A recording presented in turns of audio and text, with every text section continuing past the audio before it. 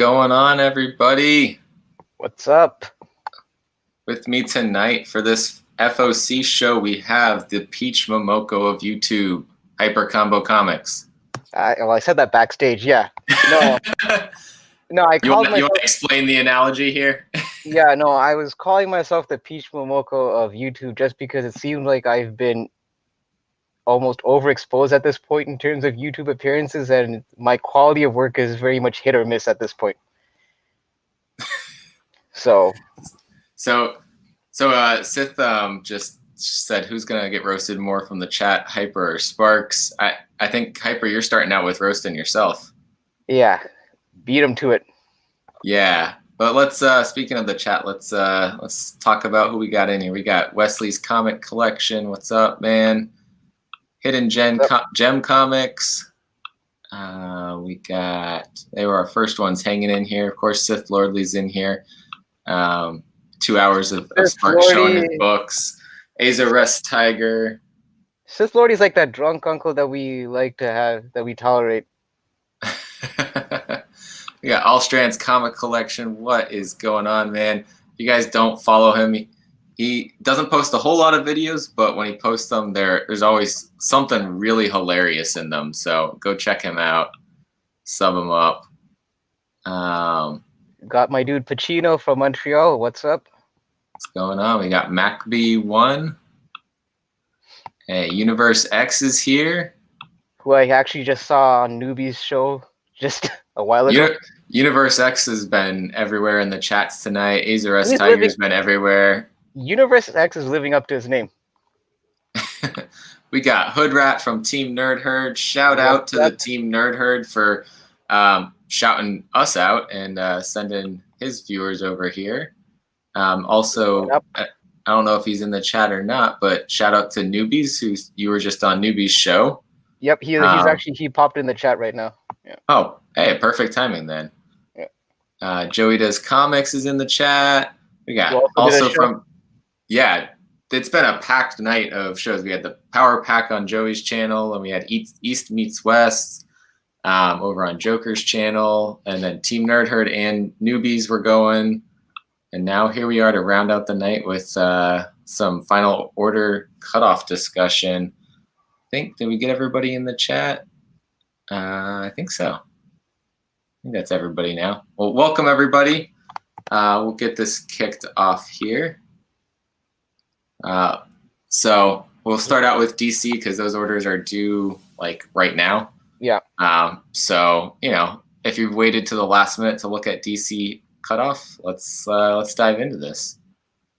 So first, speaking of Peach Momoko, we got this cover here, and we all know that Peach is supposed to be exclusive with Marvel, right? And so this probably is one of her last DC covers, I think. Or it's getting down to it. Yeah. I don't see there being many more coming from her for DC, but also it's part of the future state. We got the Immortal Wonder Woman. So, what's your take on this cover, though? I think this is oh geez. Yeah, I think that's my take on that cover. Well, their website's broken now. Try the others. Try League of, what is it called? League of Comic Geeks or something. Oh yeah. Try that one. It's coming. There we go. Comics. What do I want?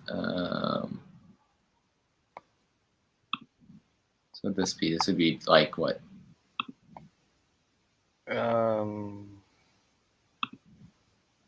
Keep going. I think it's one more. Yeah, one more. I think you should be good. And then just filter by DC. On the I'm pointing to the screen as if you can see my screen. Yeah. Yeah. Yeah. No, one more week, I think. You have to also click on variants for. Here we go. That one. There you go. Yeah. Yeah, here we go. Because there's Immortal Wonder Woman. Okay, we're at it. Yeah, I use this site sometimes. I don't know. Sanctum Sanctorum usually when it's working is great. Welcome in Aegis Comics, Amy and Lou. They were on Spine Ticks last night. Yep, they were. It's great to meet you guys and hang out with you guys for I don't know however long we were on last night. So yeah, let's go back to Wonder Woman with the future state. I don't really know much about the story that's going to happen there, but yeah, I think I'll be honest with this whole future state stuff. I'm picking up the titles that I was already picking up in terms of my pull. Like Batman was already on my pull list, so I'll be probably and also you probably heard of those spec with Batman with the what's his name, not Tim Fox, the other Fox brother that's going to be Batman. Isn't it Tim? It is Tim. Okay, sorry. Okay, so yeah, I mean, I'm not really going so much on the spec side of things. I'm just picking up titles that I've already been on my pull. So Batman. See, this is off on what the FOC is, because this says Next Batman #2, but it's Next Batman #1 that's on FOC, I think. No, Next Batman #1, I think that FOC already passed. Yeah. Oh, okay. Yeah. No, I think Luke Fox isn't the one that's gonna be it. It's the brother. Yeah, it's the brother. It's the older brother, the less famous of the two. All right. See, this is why I never look at DC stuff, because this is like. Now we lost what week we're on. DC making my life so complicated. I don't. Yeah, this is why I don't do DC. But yeah, so lots of different future state things. I don't think there was anything in particular to me that just jumped out and said, yeah, absolutely. Other than, I mean, Peach Momoko cover. I like it. Right. That click that cover. Let's see your take on this one. So, I don't know. I mean, okay. It's got some good emotions there. This is where I kind of like. I'm hit or miss with Peach. I mean, I like some of her covers, but I don't like these covers where it looks like see ya, Joey. Oh, nice. I don't know. I don't like these covers that look like there's like a rainbow diarrhea kind of thing going on. Yeah, I mean, it does look like that. It's kind of what's going on here, but it's also with that being her colors already with the red and the blue. It's like with the Medusa hair and everything. I don't know. I mean, it just seems like I get it. You're trying to be innovative and all that, but it's yeah. I mean, it's a math for me. What's going on, JT? Yeah, I mean, I'm probably not going to get it just because like I said, I'm not reading DC, so. Oh, you're not reading DC at all? At all? Not really. Okay. I'm reading Batman right now. With the amount of books you pull, I can't believe DC's not even in that pile. That's why it's not, because I'm reading so many other things. Jeez, imagine if you would have put DC on your pile. My gosh. That's why I can't. I probably might need like a. Yeah, you might need like a pickup truck on New Comic Book Wednesday just to carry your haul. A new long box every week. Jeez, yeah, yeah. Forget a long box, you need a U-Haul. Yeah, so that's why I don't touch DC. But right here's Dark Detective. Is this? It's another. I'll be picking like so the Batman titles I probably will be picking up because those are already on my pull. Like I do have Detective Comics and Batman. I just don't like the fact that both Batman issues are like $6.99 cover prices, and this one is also like a $5.99. Yeah.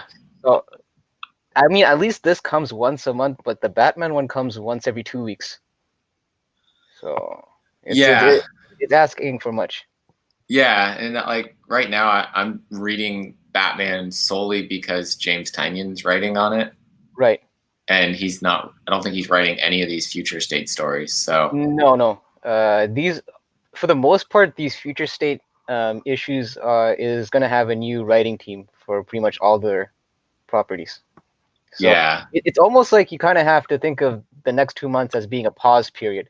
Like if you're following the series right now, exactly.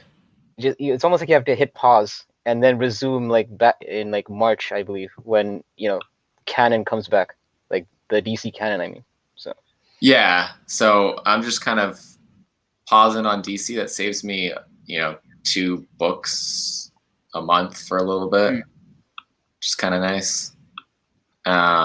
So yeah, I don't know. DC, we're done with them. yeah. Okay, at least we're going to previews, which is a lot more seamless. Oh my god, so much better to just scroll through this. And I wish DC still was in this so we could do this, but that'd be too easy.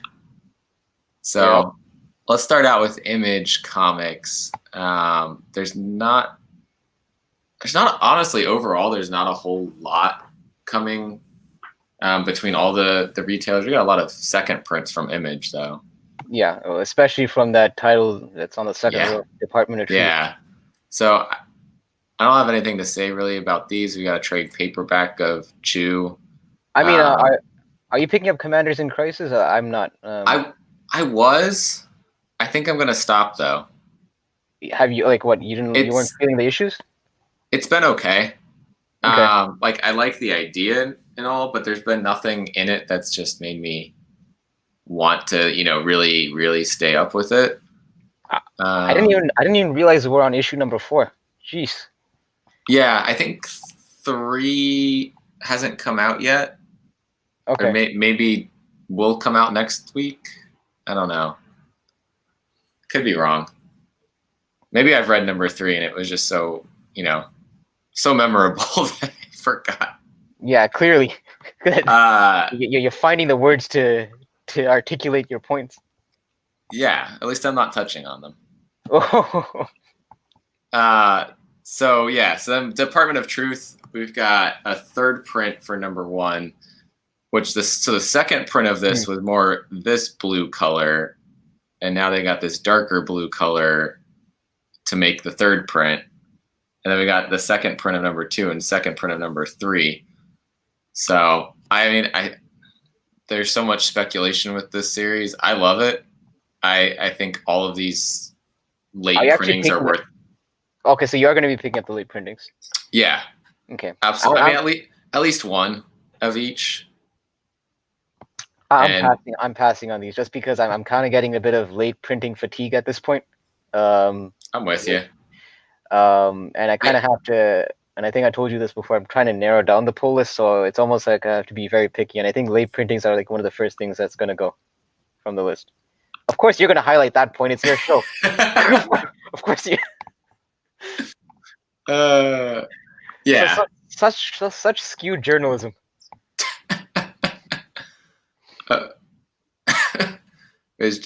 Josh isn't in here though, right? I didn't see him. No, but he did a great job on East Meets West on the award show. Yeah, that was pretty good. Yeah, I caught it. Yeah. But yeah, I'm making the exception on a couple indie series with the late printings. But like Marvel, I've kind of just, there have been so many books that are getting second printings Marvel, and I can't keep up with that. Well, the thing is, at least with, and this is another reason why I'm passing on these reprints. It's pretty much just a little color touch up on the original art. So I'm usually not a fan of those.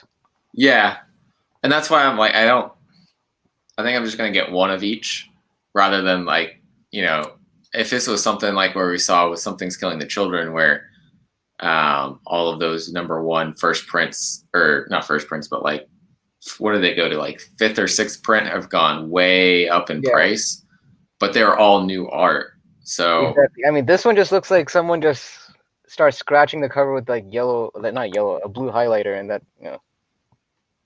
Yeah. So we'll talk about this one, I guess, next, and then we'll come back to Haha here. I read Homesick Pilots. It came out this week. You know what? It's funny. I picked this up, but I haven't read it yet. So I might want to read it before tomorrow's FOC just to see if I'm still going to stick to it. Because honestly, I put number 1 like I asked my FOC or my LCS to pull it on FOC for me, and I was like, I don't know if this is going to be good. Kind of sounds like it could.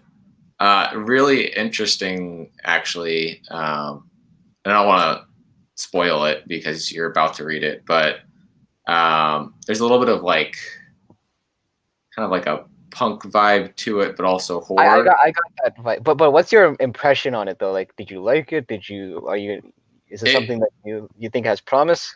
It was pleasantly surprising. I mean, I don't know if it has promise, becoming something other than the comic per se. I mean, unless there's just so many horror books that have come out recently that it's like a lot. What distinguishes one from the next? Mm-hmm. I think it's a good story though. Okay. And so I'm gonna read at least another issue. If I think it still is a good story after that, I'm gonna just put it indefinitely on my pull list. But I don't know if it has promise like Department of Truth, Something's Killing the Children, like that kind of level. I think it's going to be a cool read. Is this a mini or is this an ongoing? Do you know that? It looks like it's supposed to be ongoing. Okay. Versus like this haha here, it says 1 of 6. That strangely though, it's only on cover C that it says 1 of 6. I mean, yeah, I'm assuming it's all 3 of them that are 1 of 6. But right, yeah, this is an issue that I most definitely will pick up at least issue 1. I mean, it is the same creative team behind Ice Cream Man. I haven't been picking up all the Ice Cream Man issues. I picked up some there. I did like what I read. So yeah, I mean, I never read Ice Cream Man. I've heard it's like really good, but I don't think I'm gonna pick this up either. Well, the thing is also because for me it's like a personal thing because when I was younger, It the Clown scared the crap out of me. So this is kind of a book that I'm curious to read just because, yeah, that clown did freak me out when I was in grade school. So yeah, I mean if I'm remembering correctly, that's the whole premise with this. It's like one. It's kind of like Ice Cream Man, where it's like each issue is a different story. Yeah, it's like an anthology. It's clown-based horror. Yeah. Okay. Yeah, and I know there were some variants, store variants that were going for some trades, and I don't know what I'm trying to say now. Yeah. I've seen some of those. There was a Ronald McDonald one or something. Really? I'd be curious to see that one. Yeah. I think it already sold. Like. Oh, okay, for sure. It sold out pretty quick. I did see the one where I think Trump was on it. I think I saw that too. I don't remember who was selling that or who the artist was. Yeah, but I mean, it was clear as day. It was Trump on that cover, but yeah, in clown makeup. Yeah, so it'd be one of those like controversial political covers. Yeah, but yeah, man, I'll pick up this issue and I'll see how it is. Yeah, I'm with comics and pops on that. Shout out to Black Manta joining in. Yeah, so after that, like Image is on a horror kick here. We've got Kick-Ass versus Hit Girl. You reading this one? No. Yeah, not either. But I've seen the movies, but I haven't read the comics for this. Yeah, I watched the movies too. Never got into the comics for it. The first one was better than the second, FYI, in my opinion. Yeah, I agree. I had to think about that. But these Philadelphia covers look sick, and I'm not even reading this. See, now this is a series that I have a feeling I'm going to regret not picking up. Same. And Todd McFarlane did this cover. That's a McFarlane cover? That's a McFarlane cover. That actually doesn't... Oh. If you'd have told me that, it would have taken me a second to actually, believe you, just because it doesn't really feel like a McFarlane-esque cover. and Azores Tiger I know is reading this, so he said that's a new kick-ass character. So, hey, there you go. Might be the one to pick up then. Now, is Azores saying that we're gonna regret the kick-ass or the Philadelphia? The Philadelphia. Philadelphia, yeah. He's very very much a fan of that series. Yeah, I remember him talking it up. So yeah. Yeah, we got a Sinkovich cover also. What the hell is going on in there? Oh, it looks like she got bit by a vampire. Oh my gosh, it looks like she passed out from a spine tick show.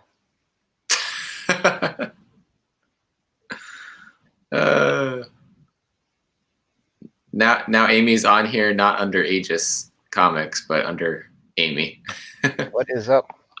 Thanks for hopping in two different ways. And yeah, then there's just the cover A there too, but they all look like really good covers, and that might be something just even on a cover pickup kind of thing to look out for. We got some more trade paperbacks. Savage Dragon, I don't read it. Yeah, that's that's a new #1 by. Okay. Just based on the cover, it's already a pass for me. I'm sorry, but oh yeah, you're not exactly drawing me in with that. Eugene is a new inhabitant of Elephant, a walking city on the desert world of Crown Majesty. Okay, nothing you've said so far has drawn me into this. So yeah, it's oversized. It's 5 issues. I say pass. Yeah, I agree. Azores Tiger Sinkovich has really got some good art.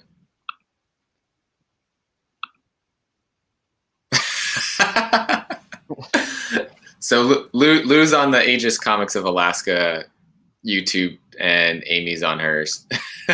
Well, at least I love it. You just got an extra viewer out of it. There we go. Yeah, bringing the extra views in. I appreciate it. Pump up that algorithm. So what have you been reading, Scumbag? No, I stopped after issue 1. I did like issue 1, but it's just a victim of one of those things where I kind of had to be picky going forward on what makes the cut and what doesn't. And it's a cool premise. I like the originality behind it, but it's one of those things I'm probably just going to wait for the trade or something.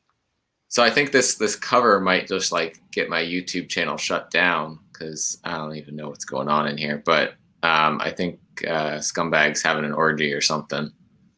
Well, there goes your algorithm. Yep. They were trying to boost it with more people watching, but now. And then you just. Now I showed Scumbag on the channel, and it's done. Well, not just that, but you just had to bring up the other O word. But yeah. Oh yeah, whatever. It's fine. It's fine. The Spine Ticks channel hasn't been shut down yet, so I think we're good here. But I don't know. I've been reading it. I'm very much on the fence about continuing it, kind of for the same reason as you. It's just there's so many books. But you actually read more than issue 1, right? Because I stopped at issue 1. I read issue 2. 3 hasn't come out yet, and 4 is already on FOC. So I'm kind of at the point of, do I just look at reading issue 3, and then if I catch 4 in stores? Well, I mean, after what you just described about this cover, you definitely didn't sell this book to anyone.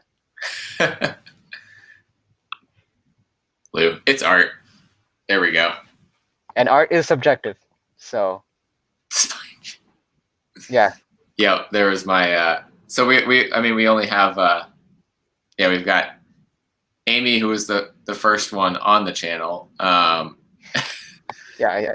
And then Lady Sith, they're gonna start the Spine Chicks channel. You really got to be careful what you say. Internet does not forgive. Hey, if I spawn the idea for a new channel from misspeaking, I'm cool with that. Listen, most great ideas come from accidents, so. True, very much true. All right, Stillwater. Okay, now this is a series I can get behind. I didn't read issue 3 yet. Actually, wait, what issue is this now? This is This is 5. I think it's only come out to 3 though. Yeah, it's 3. I read the first 2 issues. I have 3 in my pile. I have to read that, but I'm loving the series so far. Issue 2 was a bit more of a setup. Issue 1 had a better pace. Issue 2 kind of slowed things down. But I still like the premise, so I'm still with it. And it's Chip Zdarsky, so I like his work on Daredevil, so this is a series that I feel definitely has some promise. Agreed. And I think the pace is going to be picking up soon, just based off of things that happen in issue 3. Mm-hmm. But yeah, issue 1 definitely drew me in with the cliffhanger at the end. Yeah. Issue 2 gave us that background, and then issue 3 we see things start moving again. Right. So I'm all in on this for the long haul. I don't know how long they're planning on doing it for, but I have a feeling it's a Skybound title, and I know that, and I think Zdarsky plans to have it as an ongoing. I don't think it's a mini. Yeah, but you know how some of the ongoings they'll do like 30 issues or something, or then we have like The Walking Dead that went for 193 issues. Yeah, but I think because Kirkman is backing this with a Skybound, imprint, I think that he'll push it to as far as it can. Like it has that backing to it. And not a lot of these Image titles have that Skybound imprint on them. And those would be the ones that I would actually look out for. That is true. Yeah. Because Skybound is kind of like the independent group that Image is producing the comics for. Then, yeah. Well, I believe it's Kirkman's own, I guess, production house. I guess you could say. Gotcha. And also he does have, I think, a first look deal with Netflix, I believe, or one of those other streaming platforms. So, it's one of those things like if you're into that spec side of things, it wouldn't be a bad idea. But again, I just like it just for the story. Yeah, and I mean I picked up a couple copies of issue number 1 also. Same. Like I didn't pick them up day 1. I went back, made sure people had time to pick them up themselves, and then it's like, well, this is cool. Just gonna grab some more. But yeah, so we're moving to Dark Horse Comics.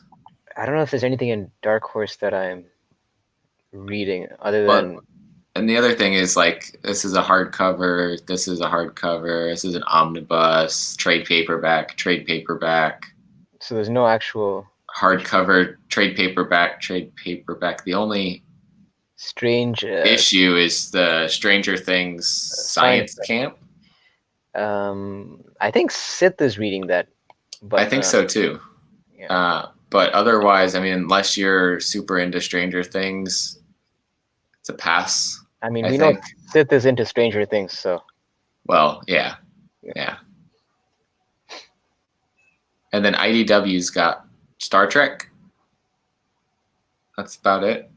Yeah, actually, it doesn't even have a view more. That's it, right? That's it. Yeah. I was expecting to see that orange button where you could see view more. I'm like, oh, okay, shoot, okay. Nope. That's a wrap for IDW. Yep. Yeah, that Norse mythology, the book that it was based on is Neil Gaiman.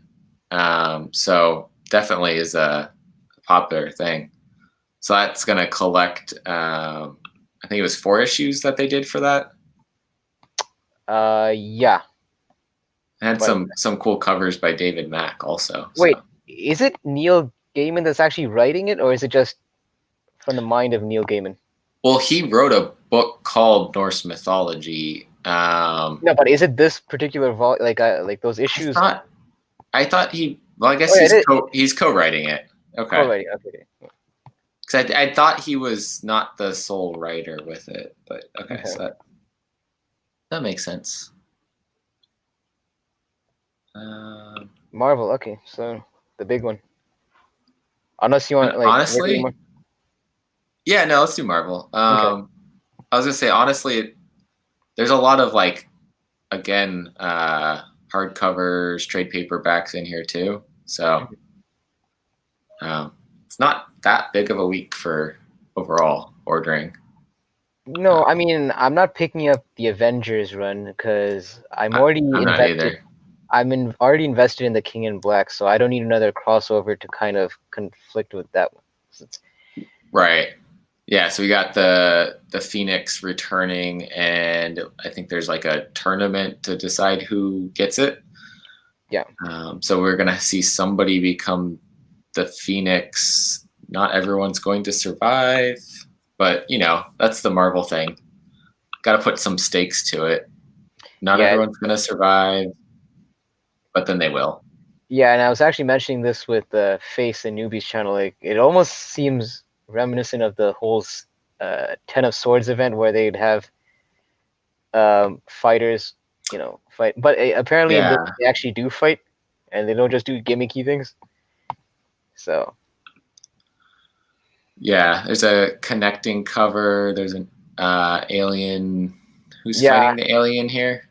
It's Black Panther. Yeah, you're gonna see a lot of these alien homage covers. So I guess pick which ones you like. I'm trying to, like I told you in backstage, I'm trying to not fall down the rabbit hole of going down these alien variants. Like I picked up a few. Like I picked up the Venom one, but for the most part, I'm gonna be probably steering clear of these. Yeah, I agree with you there. There's like 2, maybe 3 that I want.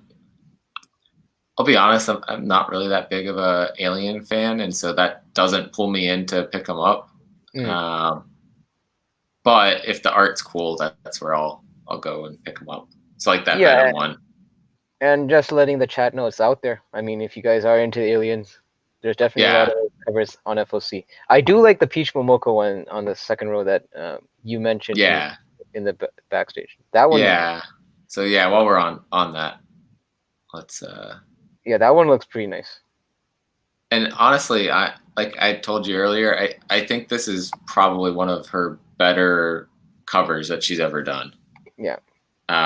It's not her usual like light colors. Even when she's done darker looking things, it's been like a lighter shade of darkness.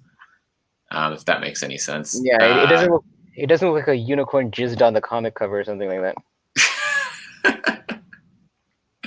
Exactly. Yeah, it looks like real good coloring on this one, and it's just colors she doesn't usually use, and I think that's why it comes across that way. Exactly. But this is book number 2 of the Black Cat tie-in to King in Black. So she's stealing from Null. What's your take on these? Are you picking it well, let me ask you this: are you picking up all the tie-ins for King in Black, or are you picking up some more? I was gonna pick them all up. Mm-hmm. I've decided to not pick up the Namor tie-in. I looked at number 1 on the shelf and I was like, "This sucks." I just put it back. You mean based on the cover, you put it back, or you actually read? I flipped through it and it was just like, okay. It was nothing. I think actually for that, if any part of that's going to be relevant, it might be an issue 2, but I don't know.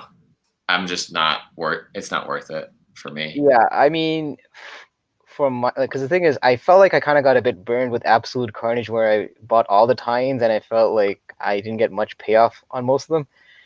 For this one, I'm probably just gonna stick with the actual tie-ins, like that are tied into the event, like Planet of the Symbiotes, Gwenom versus Carnage. I'm not gonna pick up these ones where it's like King in Black, Captain America, King in Black, Black Panther. Like those ones where they're trying to show you what is transpiring in these other universes in the Marvel comics. Like that, I feel like it's going to be very loose tie-ins. If anything, I'll just pick up the actual strong tie-ins that are dedicated to this series.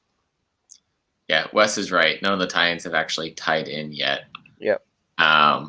Like I think the ones that weren't necessarily called tie-ins, but had Guardians of the Galaxy this week. Said something about King in Black on it, and then at the end there was something that next issue, then maybe we're gonna see a tie-in. There's a lot of series that you wouldn't think has a tie-in to King in Black, like Daredevil, which has predominantly been a street level series, now has a tie-in issue to King in Black. Yeah, and it was interesting that the Union. it wasn't even meant to be a tie-in to King in Black. It was meant to be a tie-in to Empire. Empire, yeah, Empire. But still, the introduction of 4 new characters, all British characters, but still 4 new characters. Definitely could be something like we saw the new Agents of Atlas. So that's why I went for that one at least. Yeah, because my thing is, it's almost like you're kind of playing the odds, like of the 4, maybe one of them might pan out. So it's like, and you're paying cover price for it anyway. So it's just one of those things that I just stash in my short box. Yeah, and so it's long enough that it's no longer a spoiler if I say what happens in that. But like the main character of that group, I think was she Britannia, gets like stabbed like straight through the heart by a symbiote. So she's on the cover for issue 2 though, so I don't know. Maybe she comes back from it. Didn't look like she would, but who knows? Yeah, well, sometimes covers could be misleading, but yeah. Right. So maybe we had a new character and lost it in one issue. And I thought she was going to be the best one of the group. Well, yeah, she was like at the forefront of that cover, but yeah. Yeah. Then we got this cover here. I agree with the source. I do like Pepe Larraz's art for the most part, especially on her work on X-Men series. So yeah, this cover I'm really digging. Yeah, and so she gets an anti-venom costume. I don't know. Be interesting to see how that happens, and if she's trying to steal from Null, maybe anti-venom is the way to go. There's some other covers for this. See, I don't think this one's worth picking up because it doesn't seem relevant, but it's cool art. Yeah, I never heard of this artist before though. Aristin? Yeah. I don't know. I don't even know how to say that. Yeah. So let's see. We got Cable number 7. Yeah, I mean, I'm picking these up just because, like, I'm right now. I'm picking up all the X titles, just because I do like how. Even though Phil Noto. Sorry. I was saying that is Phil Noto.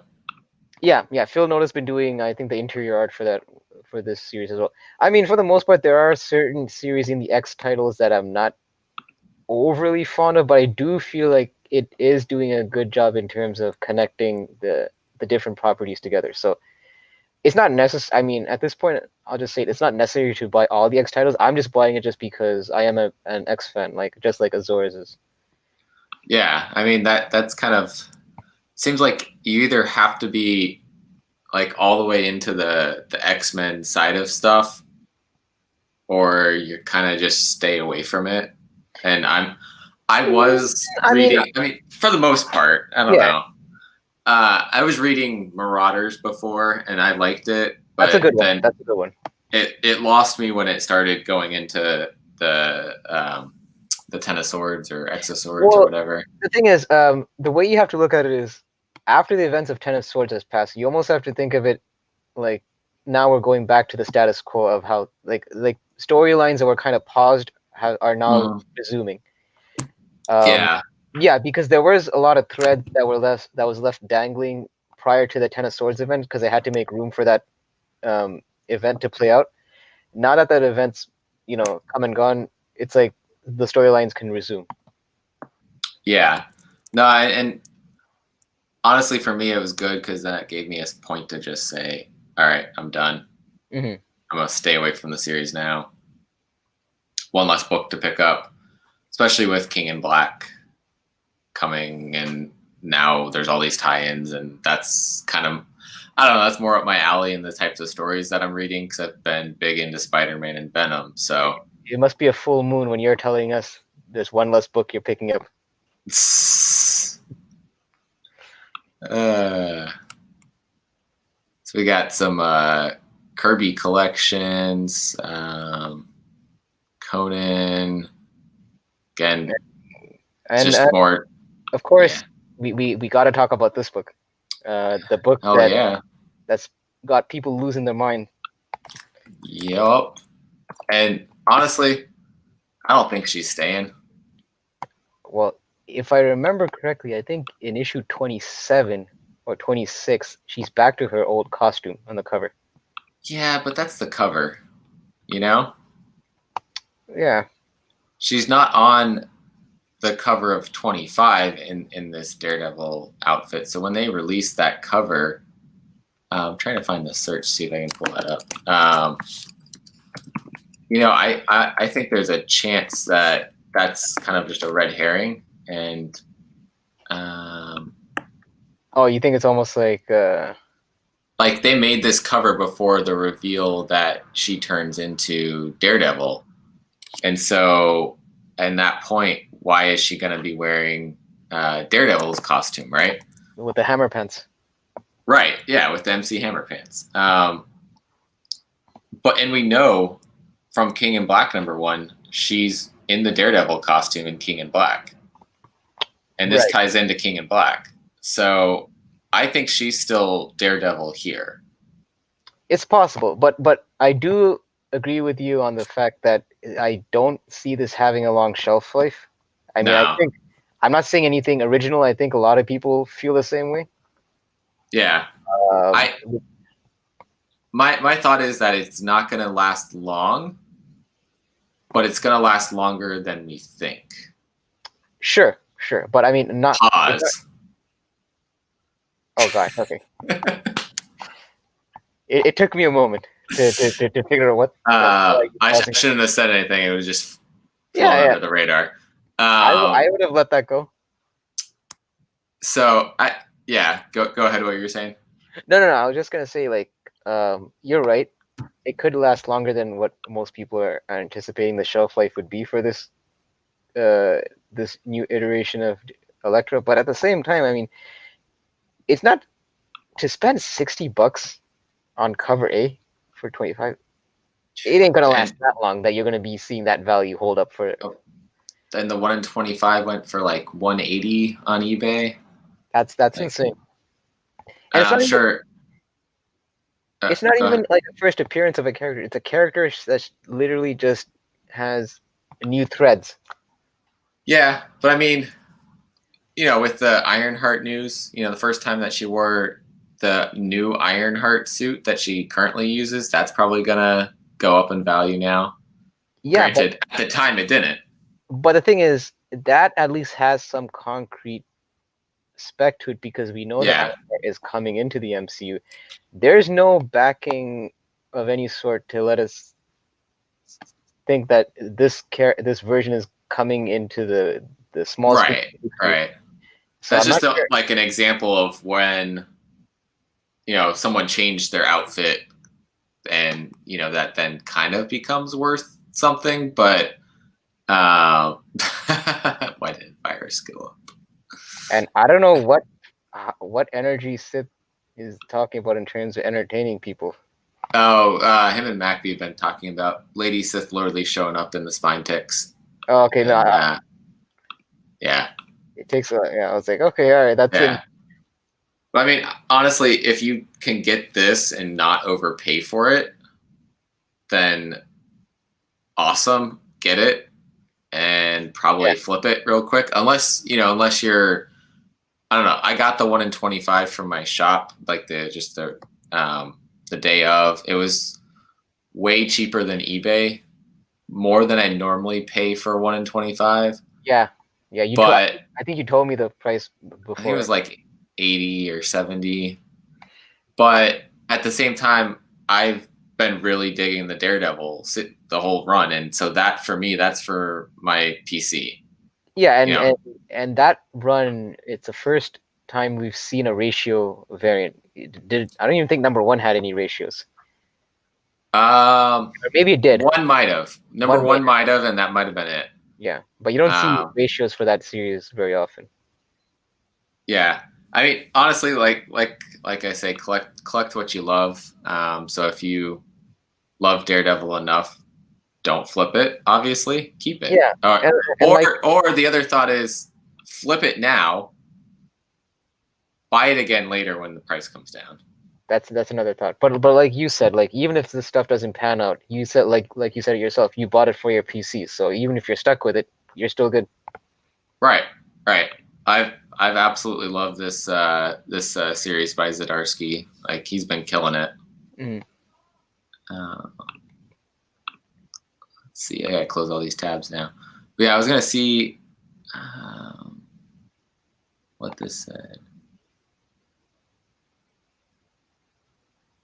No, it doesn't really say anything.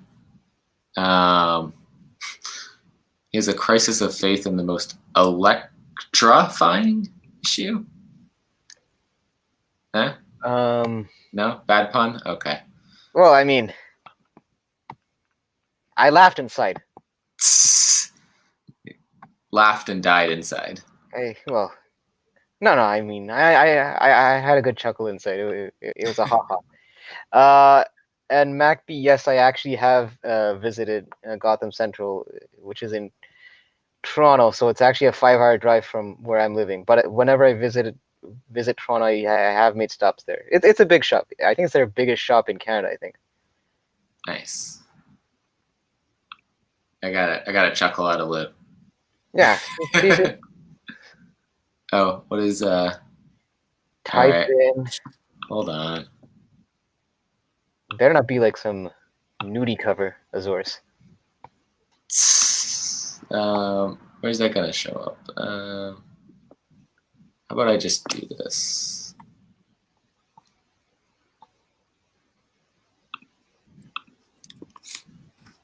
What are those numbers? I can't really see it. OCT. Huh? 209082. Let's see, what is this? I was already showing that, man. Right. Man, Azores with the Azores Tiger. Azores Tiger's not paying attention. Azores fell asleep during the chat, and then he woke up, and then he thought we didn't show the 1 in 25. Man, all right. Moving on. All right. I think that's a trade paperback. So if you're trying to catch up on reading Daredevil, there you go. Trade paperback for Dawn of X. Figment, apparently. We got a new Iron Fist here. But I don't know. Are you reading? Are you there? All right, I think I lost Typer.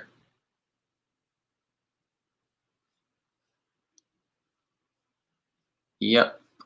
All right, he's gone.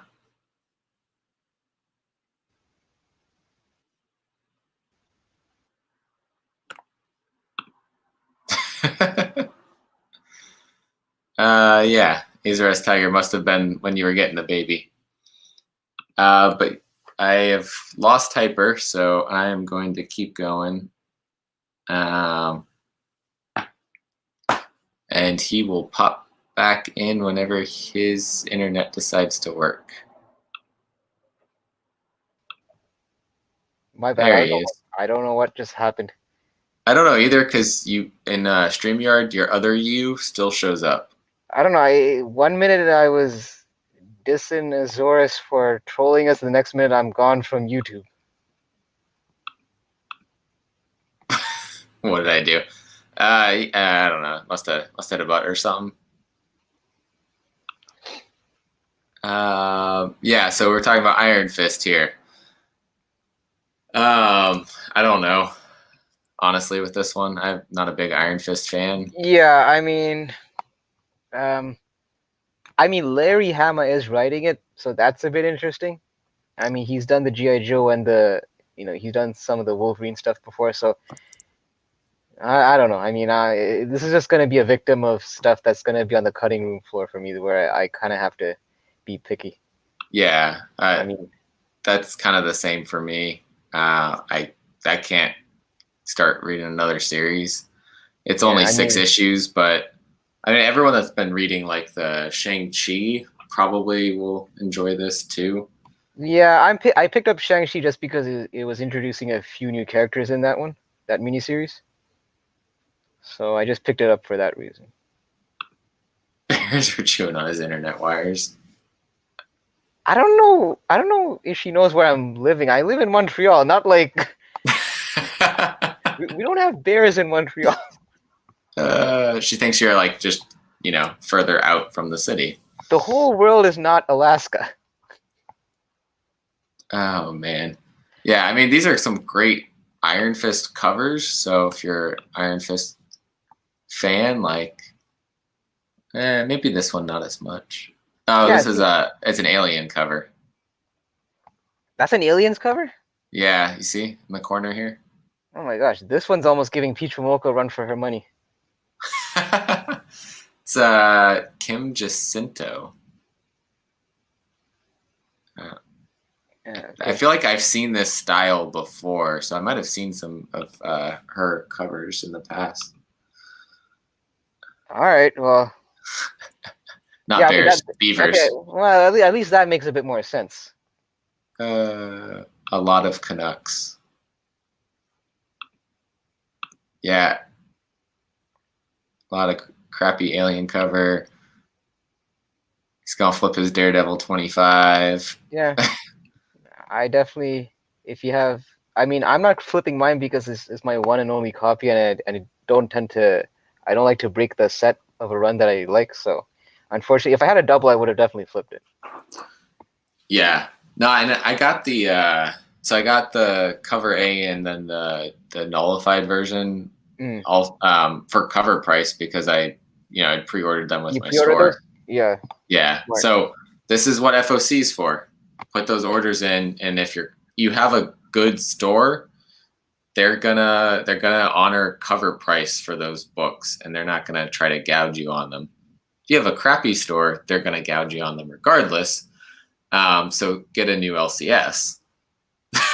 Yeah, and the thing is, Sparks LCS can't afford to lose him because I think he buys up almost 3/4 of their inventory, so they can't afford to piss off Sparks. Nah. I mean, on some things like the Daredevil, the 1 in 25, they're like, hey, this is the price that we are either going to put it on the shelf for or sell it on eBay for. Here's the price that we'll give you. I was like, okay. I was like, I got to think about that because I don't know if I want to spend that extra money right now. Because also King in Black #1 came out. And so I picked up a couple covers for that. Yeah. I was trying not to go crazy on those variants. I mean, I picked up the regular cover. I picked up the Michael Jackson Peach Momoko variant. And I picked up the connecting variant. And I think that's it. I got the I got the Philip Tan was like the release party variant or something, or the one with Wolverine on the cover. Yeah. I thought that was pretty cool. That looks sick, yeah. I got the Super Logger, I think, right? The Super Log. Yeah. Log, sorry. Yeah, that one. Yeah, I saw that one. Sparks got to show comics. That one honestly is I think my favorite. And then I got the what do they call them? The Stormbreakers. I got the Stormbreakers one. Oh right, that was like a 1 per store, I think, right? Yeah. All those Stormbreakers, 1 per store. So that's kind of cool. Mm-hmm. 24 plus covers for King in Black. Plus, it's like it went all the way up to a 1 in 500, and the 1 in 500 was drawn by Donnie Cates. Yeah. Oh my gosh. Which, if it wasn't a 1 in 500, if it was like a regular cover, I'd probably have gotten it. But what the hell was he using Microsoft Paint? Yeah. I mean, he's not an artist. I know, but it's almost like we got to the point where it's become a niche market where terrible art has its own corner of the market now.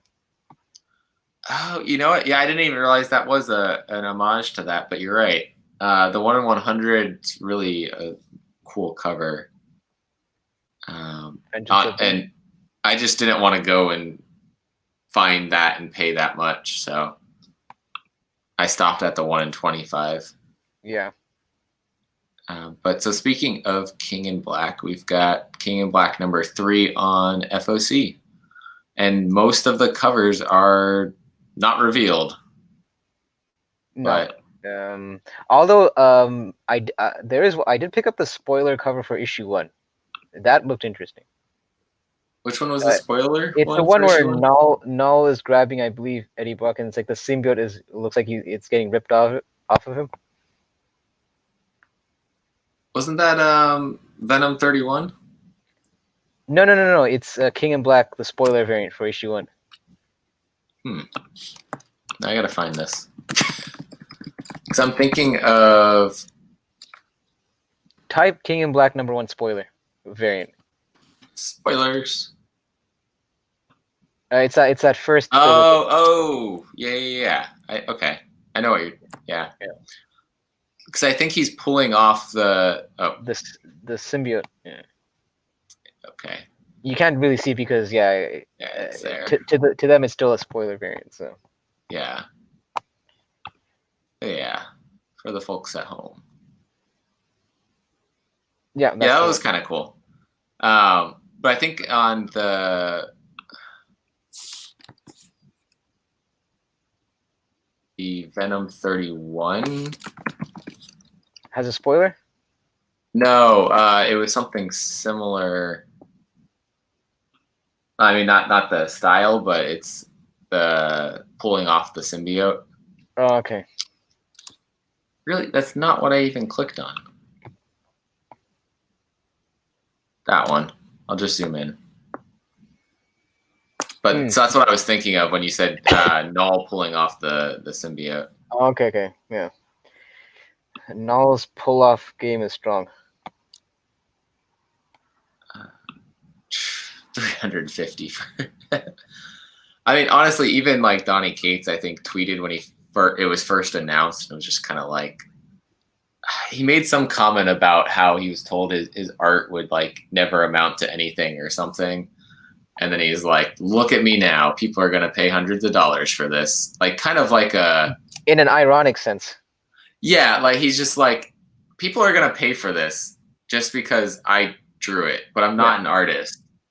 I like almost like, whatever, you guys do whatever you want. It's your money. Well, and the thing is, it's not like he's the one that sets the ratios. I believe it's Marvel. Marvel is the one that actually sets the ratios for these covers. So yeah, I'm not throwing shade at Donnie Cates whatsoever in terms of the price. It's all on Marvel in terms of where they're putting these covers in terms of the ratio spectrum.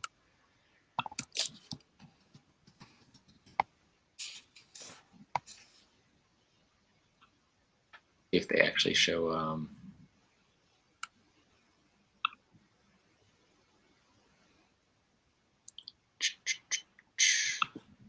what are you trying to find right now? If they show any of the covers that aren't showing up, or if I don't know if the comment was just in reference to the Venom cover or whatnot.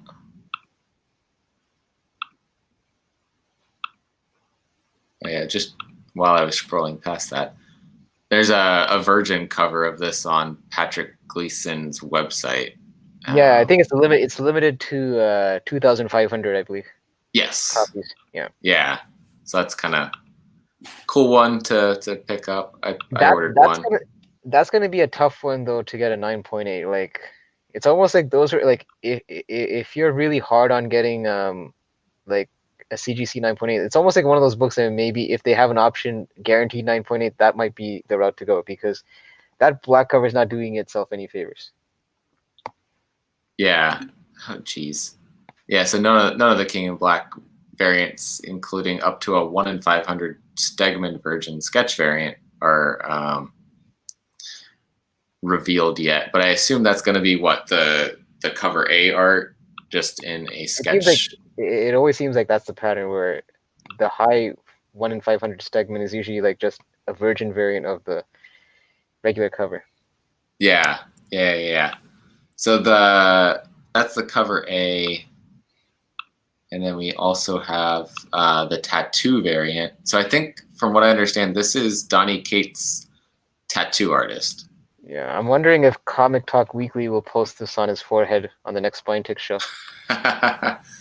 Right? Yeah, we got to get him this tattoo. I don't remember, but I assume there was one for #2 also. We should definitely let him know so he could get one on the focus. Interesting, because it looks like we've got Mjolnir and we got a tongue here. I'm assuming that might be Venom or it's Null, but then I'm almost like, is this Black Winter also? No, I think it's just a symbiote is just enveloping that whole millionaire. Not millionaire, whatever. The millionaire Mjolnir. The millionaire. But then this was Azores Tigers, one of his picks. So we got a Ken Lashley spoiler cover. So I'm definitely gonna get this one. Well, because it is Ken Lashley, so I do like his art. So yeah. Yeah, that's why I'm thinking that. So I'm gonna probably get that and just cover A. And I'm a sucker for connecting variants, so I'm picking up the U connecting. So. Okay. Yeah. I might have gotten a connector from issue 1 and probably just didn't realize it.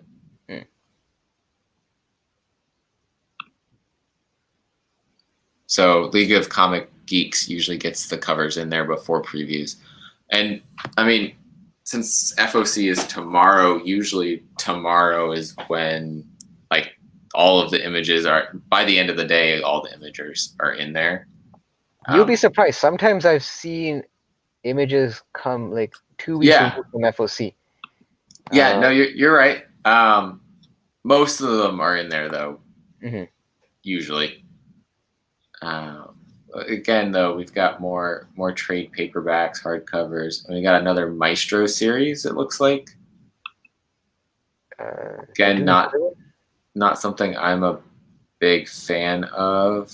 I didn't pick up the first Maestro miniseries that just came out recently. I'm probably going to cover this one. Yeah. It's out there for anyone that is curious. Yeah, I mean, Hulk fans, Maestro fans. There we go. Got you some more Maestro. That almost looks like hairy old fat guy. This one? Yeah. If he got gamma radiation. Yeah, that's like hairy old fat guy in gamma. Oh man. The the Hulkified hairy old fat guy. Yeah. JT, I guess, read the Maestro series and he said it wasn't good. Okay, so there you have it from someone that actually read it. It's a jacked, hairy old fat guy. Oh man. And so we got trade paperback, hardcovers here. So I think there's supposed to be a Frisson variant for this. Yes, it's a 1 in 25. I tried to find the cover art for it, but I couldn't. Yeah. I mean, it's still not coming. We know that the Jen Bartel variant for the previous issue, the 1 in 25, that went for stupid money online. Yeah. And sorry, go ahead. No, I was just gonna say Frisson is an even more popular artist than Bartel, so. Honestly, that like the two of them have been like any cover that they've put out recently has been really good. I'm on board with anything Frisson does, and the other thing is this is Dr. Aphra number 7. I don't know if a lot of shops are ordering 25 of Dr. Aphra. It versus like the regular Star Wars series probably. True, but I could see shops probably increasing the orders due to the popularity of the previous issue, and maybe some customers may because in my shop usually when like my shop is kind of a few issues behind, we do a compromise where he'll pick up the slack for the extra remaining issues, and I'll pick up some myself just to meet that ratio. Yeah. And I mean, I think some will go for that, but if they aren't paying attention and miss this on there, you kind of have to be on the pulse for this one, because it's not like it's not, even though Star Wars is getting very popular now, but the comics it's not particularly still in the mainstream yet. Right. And it's super speculated that we'll get Dr. Aphra eventually in a show or movie. So possibly lower ordered book. It's a 1 in 25, a hot artist. Like, there you go.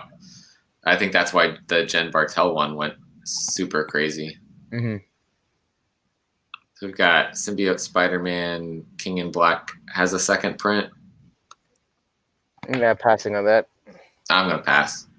It's probably gonna be the last panel where Mr. E showed up.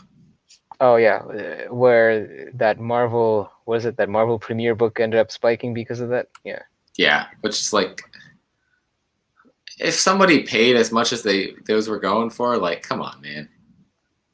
But I mean, wait like 2 months, and you're gonna buy it for $1 again.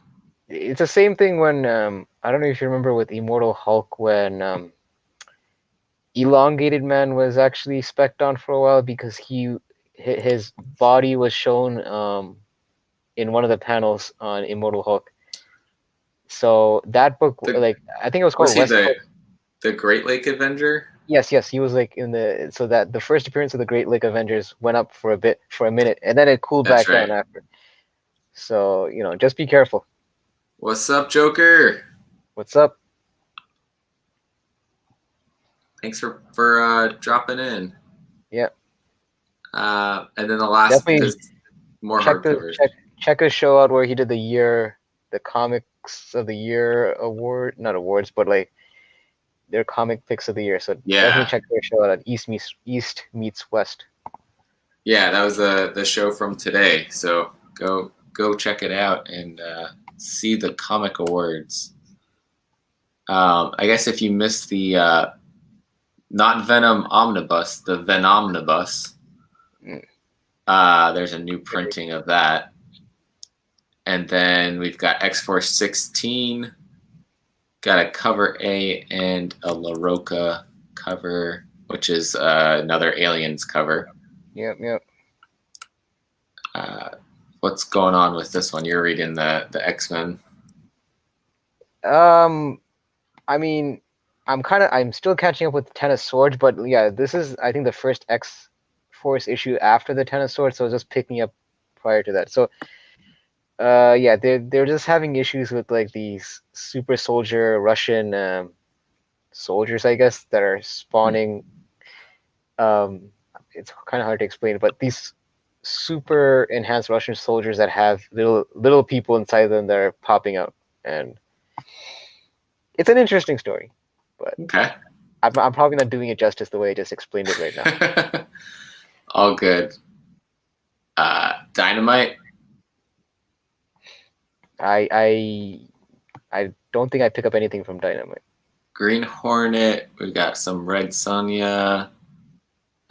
This is an homage to an Alex Ross cover, like the Justice League. Oh yeah, like Kingdom Come, you mean? I think so. Yeah. Yeah, that looks like a Kingdom Come kind of homage. And it's Jung Guan-yoon did the art. That's pretty cool art. Mm-hmm. There's always some cosplay covers with the Red Sonja and Vampirella stuff. But again, I don't know. I don't think I read anything from Dynamite. No. Because it's just like Green Hornet, Red Sonja, and Vampirella. Yeah, and then they had the crossover series, the Dynamite by Dynamite.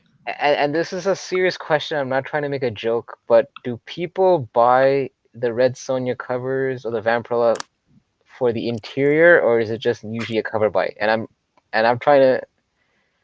I know some people that buy the covers, especially because there's a bunch of Peach covers for a while. Yeah, but exactly. But do they actually buy it for the store? Because I don't really know many people that do buy it, that actually buy it for the actual content. It's usually a cover buy, right, for those kind of series. I think so, but I know there's some people that are really much into Vampirella and Red Sonja. I mean, Red Sonja used to be with Marvel.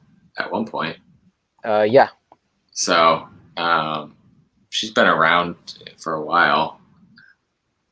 But I forgot the boys are owned by Dynamite also. So it's another series with them. But I never read the original Boys series, so I didn't pick up this one. But after watching the Amazon Prime, that might be like I'll probably definitely pick up the first volume of the original series. Because I missed the boat on that one as well.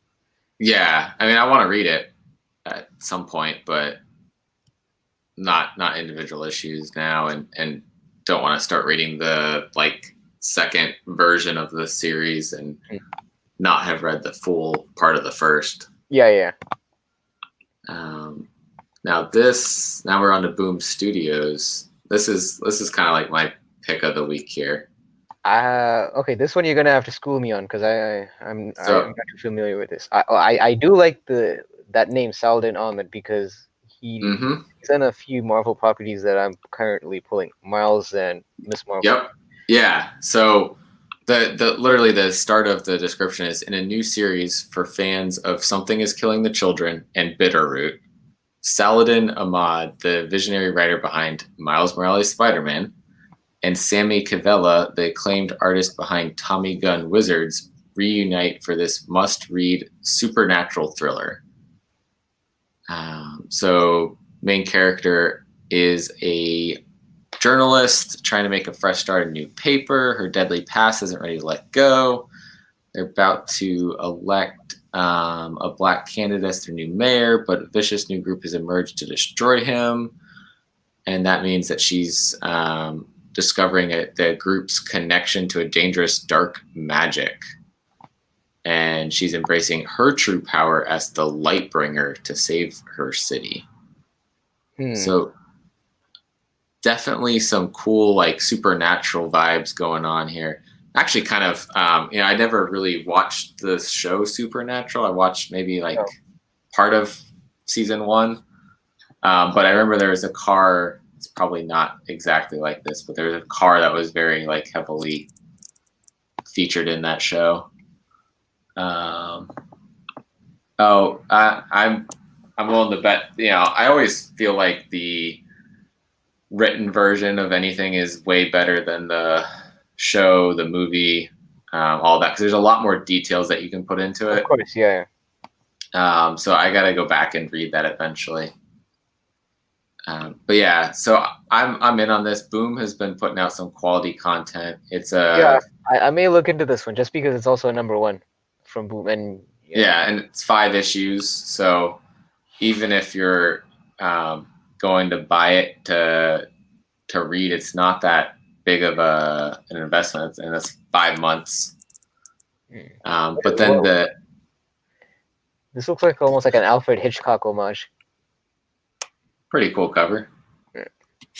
The really cool one though is, of course, a Jenny Frison cover.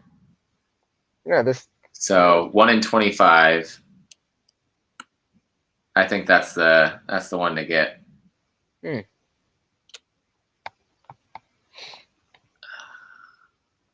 Yeah. Yeah, I dig it. I like it.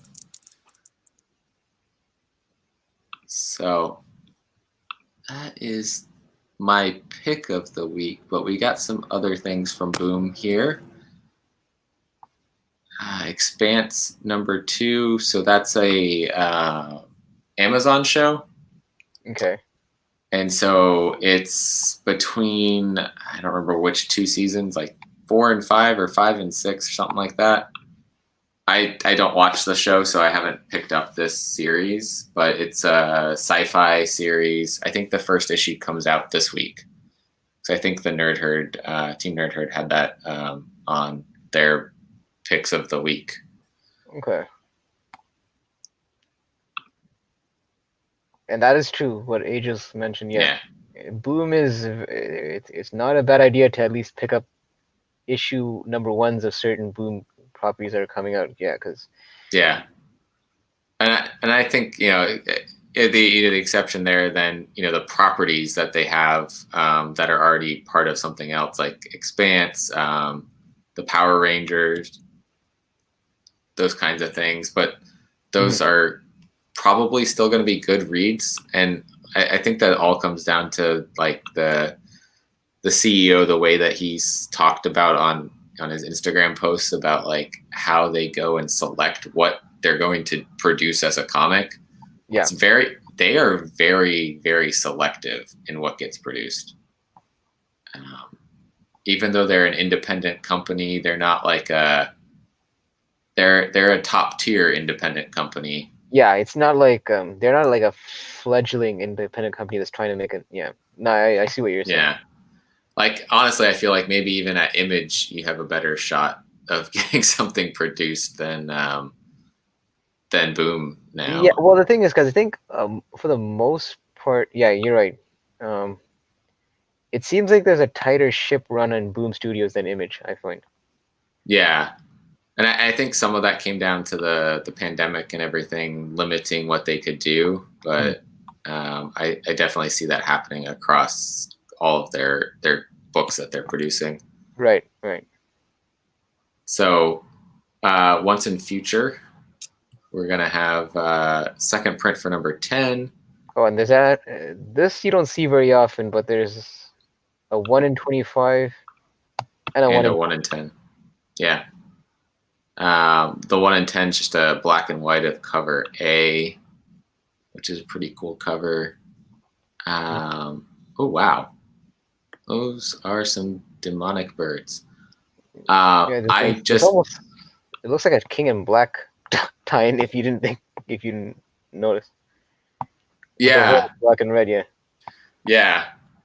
And we got some Expanse fans here. Wes says the original novels are epic, and Aegis is saying, it's canon for the Amazon series. Yeah, absolutely. And so I missed out on Once in Future when it first came out, and which I actually realized I have I don't know what printing. It's not like the super high valued printing, but I think it's like 3 or 4 maybe. Okay, so you don't have the first printing. I do not, and it's like I think there's an 8th print that just has been selling for over $100. Really? Oh yeah, it's crazy. Which I swear, before I heard that, I thought I'd seen that at my shop, but then it was gone. It's funny because the first printing is still only like $20, $30. It's not that expensive.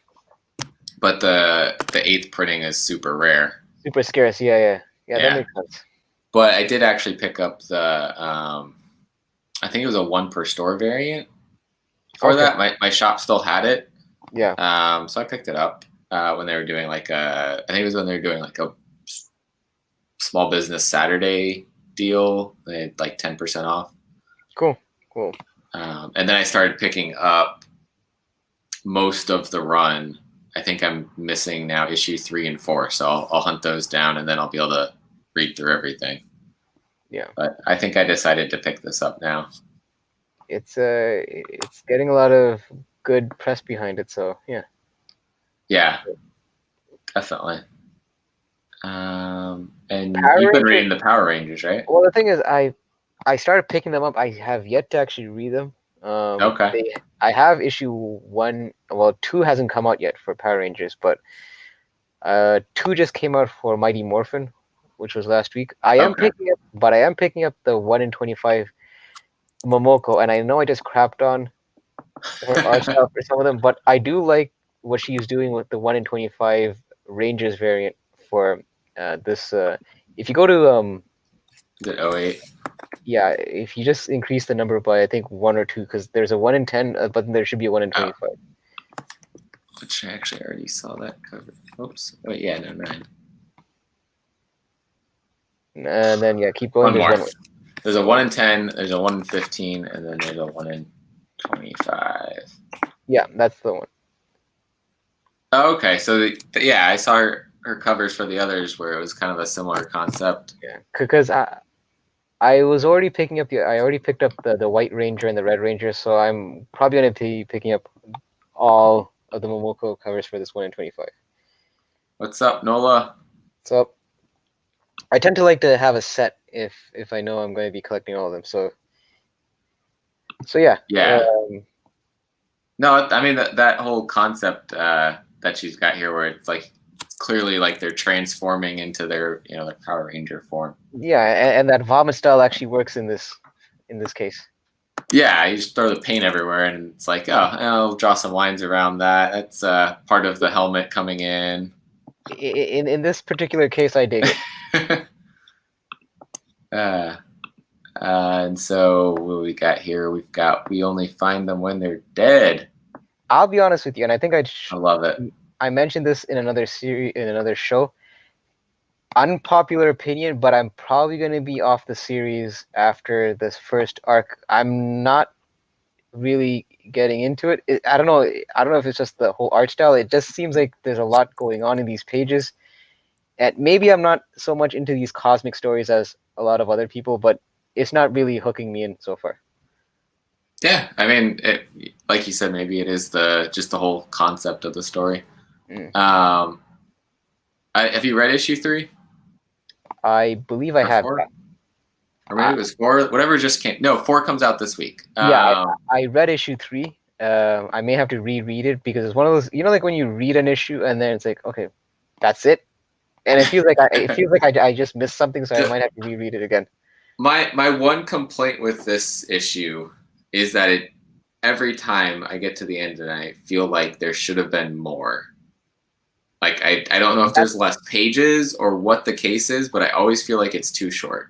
That is exactly how I feel. Now I understand issue 1, because issue 1 you can't expect everything to be given to you in issue 1. I get that, but I just find that when you're in the 3rd issue, I should be getting a little bit more meat on the bone.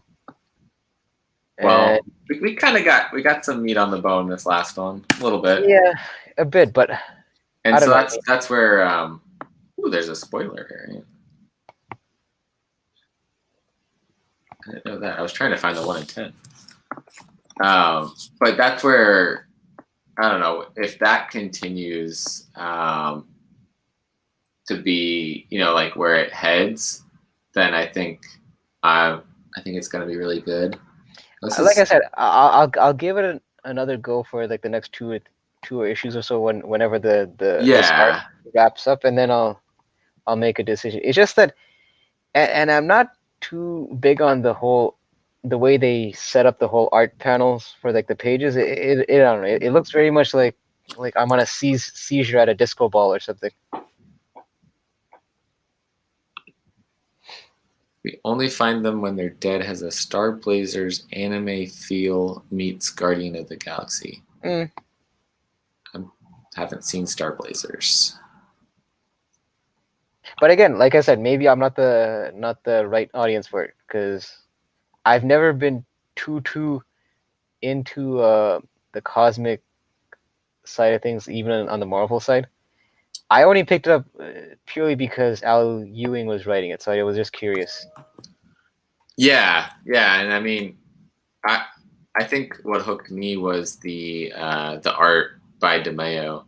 Though I did pick it up, probably 2 reasons being Al Ewing and it's a Boom Studios book. Yeah, it was getting a lot of attention also. Yeah. Let me check this out. So this issue has a 1 in 10, a 1 in 25. But usually, if it's they off these, and a 1 in 50. But that 1 in 25, I would assume it's a virgin cover of issue 1. I wouldn't necessarily say that. Because how does cover A look like for? Isn't that also a DeMeo cover? It is. Yeah, so they haven't in this series. They haven't done that kind of thing yet, but I know for 7 Secrets they have, like for all their 1 in 25. So they're virgin covers of cover A. Yeah, no, they've definitely done that with that one, and then I did see like with Once and Future we had like the black and white. I think Power Rangers had a version of this cover as a 1 in 10. And actually, there was a version of this that was 1 in 15. So you might be right. They might be doing that. I don't know. They haven't revealed the art, which is kind of annoying. I would put money on the fact that it's probably just a version of Cover A. Yeah. Yeah.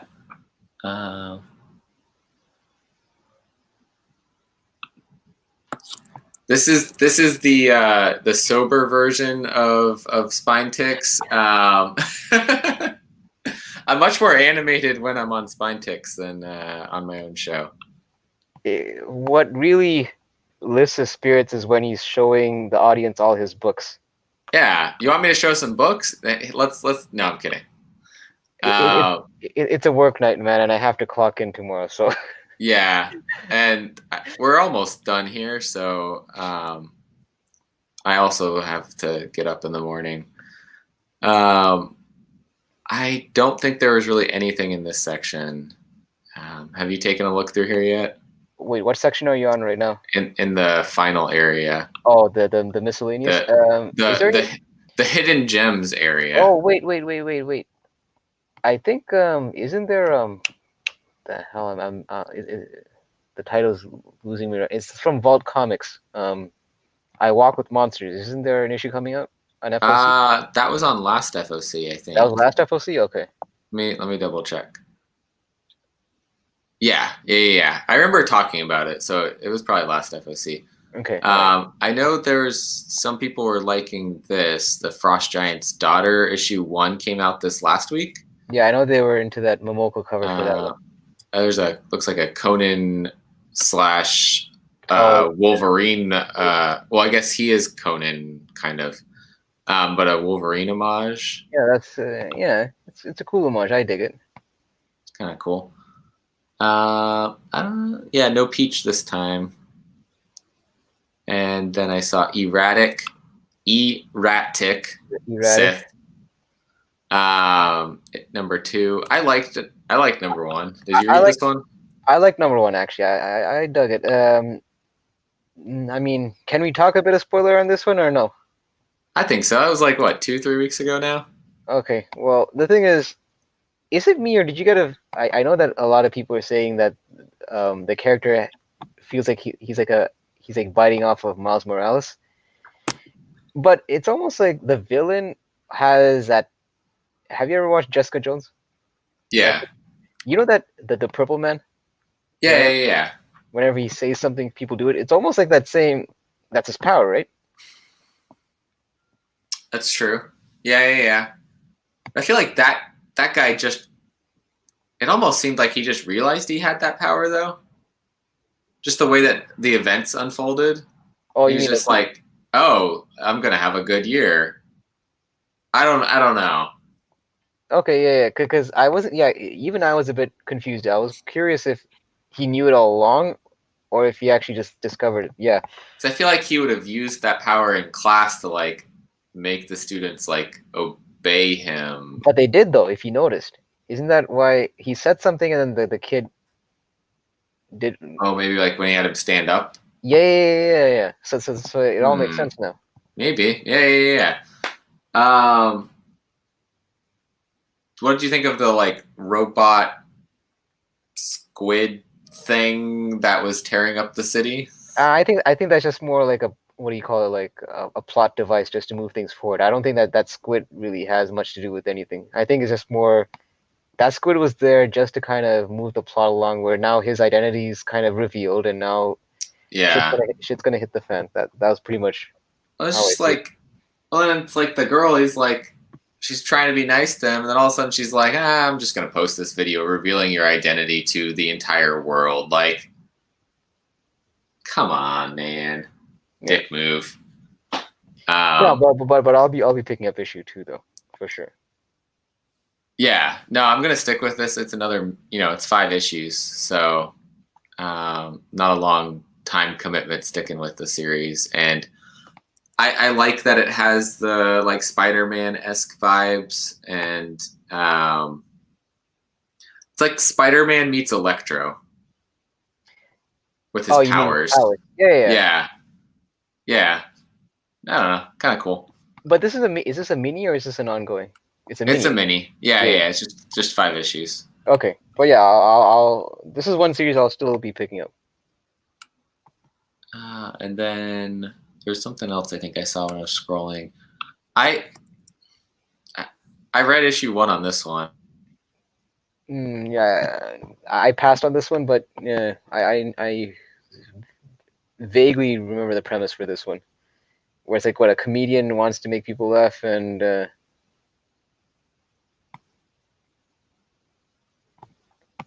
but yeah, I'm not sure.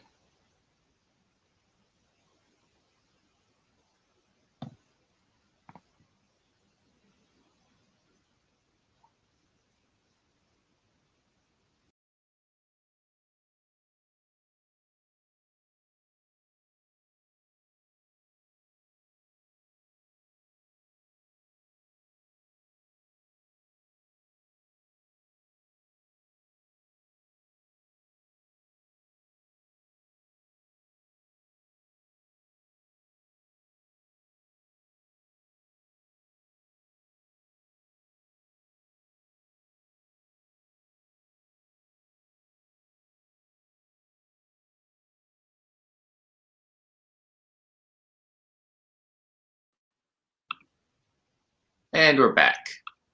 Okay, I thought I was going mad because I was talking and then you froze. I thought you had a stroke or something. Nope. My internet just I don't know what it did. It's crappy internet, I guess. Yeah. Well, yeah. Did you read this one? No, I passed on this one. Yeah. I can't give much thoughts on this, unfortunately. I can't remember. I think JT might have read this one. Maybe I'm thinking of someone else that was on Instagram that said that they read it.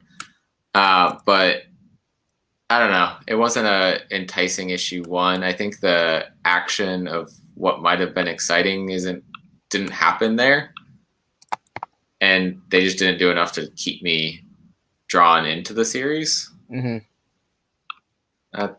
So I'm done with it.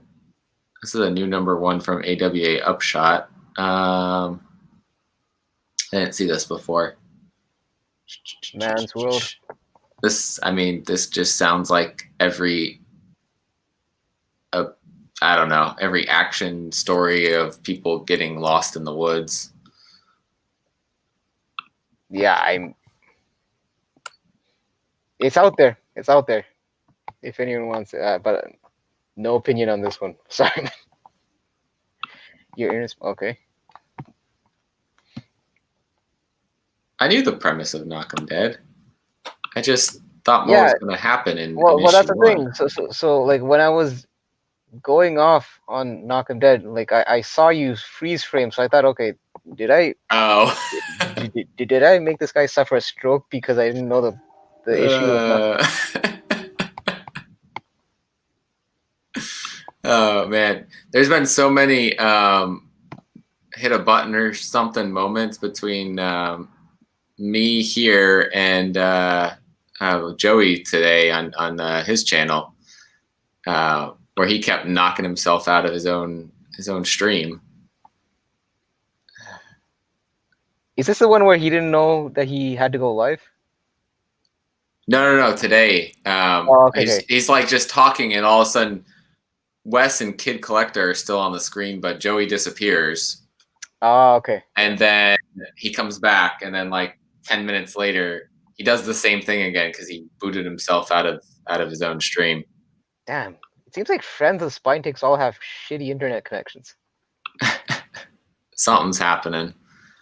We got another AWA Upshot that actually looks more interesting just based on the cover. So this is from a previous series, The Resistance. You know what? I picked up the first 6 issues of Resistance. I read issue 1. Haven't read the other issues yet, but interesting. But I'll probably pick it up just so that it's a continuity of the first Resistance. Yeah, and it's a one-shot, so yeah. There you go.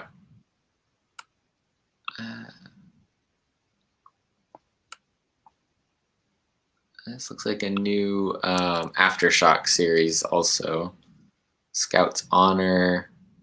So we got a post-apocalyptic world. That dude looks like he's holding your pull list. He's holding it's the 10 Commandments. It looks like he's holding a full list from your LCS. Except the 10 Commandments are the Ranger Scout Manual. Interesting. It's an interesting concept. Aftershock puts out some good stuff now and again. Yeah, I read the Kaiju score #1. That was cool. That was like a Tarantino-esque kind of vibe to it. And I don't know what studio this is. Humanoids Inc. We have Space Bastards. So we've got Scumbag on Earth, and we've got Space Bastards. I don't know what the hell he's holding though. Is it like a brand, or maybe it's a flashlight? Maybe it's like a bat symbol. Okay. I don't know. Oh gosh. Yeah, no. The rest of this, I don't remember anything else in here. Yeah, I got nothing. Yeah. Same. But yeah, like the main stuff though, again, like IDW was like non-existent. Dark Horse is pretty light. Marvel's got a decent bit, but even still, like King in Black takes up like half the page. Yeah, it's the usual fare. Nothing that's screaming out like it's going to be underordered or anything like that. I mean, this is like usual King in Black tie-ins, and you saw the DC ones before, so Future State. Yeah, that's it. And MacB, you stuck in the whole time, and you're still awake, man. So keep it going.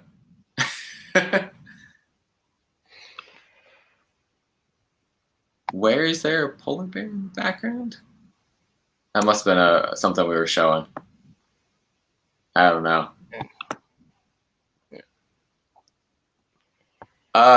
Yeah. So right. What else you got going on? How many more shows you got this week? Well, I just did 2 today. I actually have a show with Newbie Comics tomorrow, where we're going over new comic book days for the week. And I believe Tuesday we're doing another show where it's just comic talk. We haven't really picked the topic yet. And then probably it'll be dead space until Saturday hits, where inevitably I may probably pop into Spine Ticks. Not sure at what point, but that's usually my schedule. And then I do my thing on IG. This was your guys' store variant, right? The didn't you have a store variant or something? Oh, that's true. Yeah, they did. Or is there just another polar bear that you guys were pointing out? I know that Aegis did have a store variant, but I can't seem to recall which one. But yeah, so yeah, there'll be lots of clips. Sith's already working on them right now from this show, I'm sure. Yes. We gave him plenty of content for Saturday. So we're making your job easier, Sith. I don't know what else I'm going to do this week. I'll probably try to do something for comic book day. Did you already drop your Walmart? No, I comic pack variant. I haven't edited it yet. Okay. Yeah, so that'll once I get to edit it, maybe tomorrow.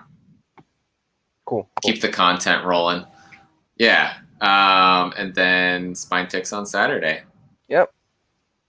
So thanks everybody for watching. 18 people still in the chat at this point. That's awesome because it's 12:10 on a Sunday night, and that's 12:10 in Central Time, and it's 1:10 over in Eastern Time where Hyper is. Yeah. So I appreciate you hanging out with me, talking about the Final Order cutoffs. Oh, good. Who dat finally shows up. Did Who dat just time for the show? Yeah, did he just come out of a coma or something? Why is he just showing up right now? Yeah, Nola, where you been? I think Who dat just got abducted, and this is his SOS. Oh man, Who dat's just coming in and dropping some burns. Yeah, this is. So, Who dat's actually been backstage this whole time. No, I'm kidding. Oh man, now you guys are like, now the chat's popping, and I'm about to shut the show down. But no, yeah, thanks Aegis Comics, Lou and Amy. Thank you guys for coming and watching. Yeah. Yeah, and this is the customer's perspective. Maybe I need to get you guys to come on and talk about Final Order Cutoff, to get the store's perspective on Final Order Cutoff, because sometimes I miss things, prior to Final Order Cutoff date, and that's when I'll send like my store and say, hey, can I get this book? And I know you guys were talking about how that sometimes is harder on that Final Order Cutoff order, to guarantee that you'll get that. So that'd be a cool thing to get the customer and the store talking about things from different perspectives. Mm-hmm.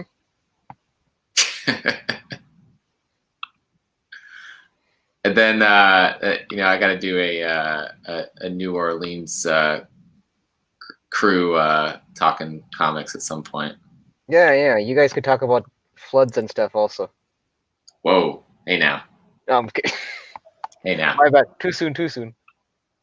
Always too soon. I mean, I didn't live here then, so I can't say. It's more for them. But thanks everybody. Catch you guys next time on whatever channel both of us are on. Have a good night. Peace.